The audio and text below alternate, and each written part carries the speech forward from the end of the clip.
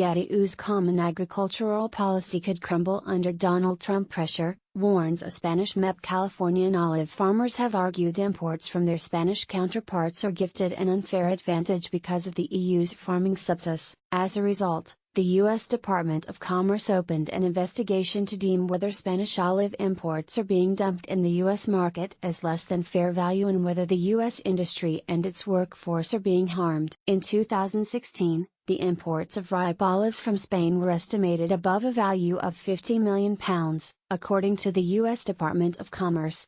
If the Commerce Department preliminarily determines that dumping or subsidization is occurring, then it will instruct U.S. Customs and Border Protection to start collecting cash deposits from all U.S. companies importing the subject ripe olives from Spain, the department added. We risk other countries saying, why don't we also challenge the EU's agriculture policy? Clara Aguilera Garcia. The threat has sent Brussels into a panic, with Spanish olive producers estimating the new U.S. tariffs could cost $350–700 million over the next 5 to 10 years. MEPs, in Strasbourg, in March, passed a resolution insisting the subsidies gifted to Spanish olive growers are in line with World Trade Organization rules. They said, the European Parliament calls on the U.S. authorities to withdraw their interim decision and re-establish a mutually constructive approach in this domain to the mutual benefit of producers and consumers on both continents.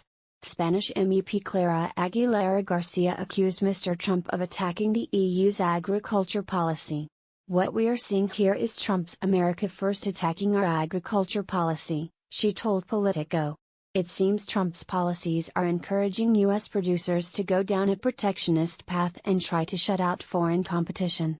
The Spaniard also criticized the EU's Trade Commissioner Cecilia Malmström for her handling of the issue. Ms. Aguilera Garcia added, if we allow the U.S. to go ahead with this, then we risk other countries saying, why don't we also challenge the EU's agriculture policy?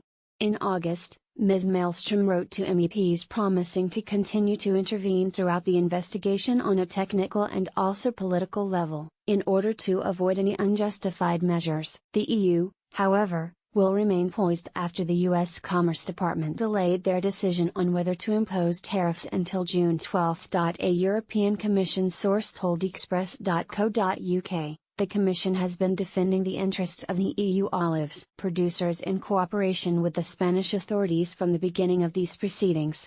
The European Commission considers that there is no base for anti-subsidy measures, as the provisional ones put in place by the United States last November. We are also very much disappointed by the preliminary anti-dumping duties decided in January.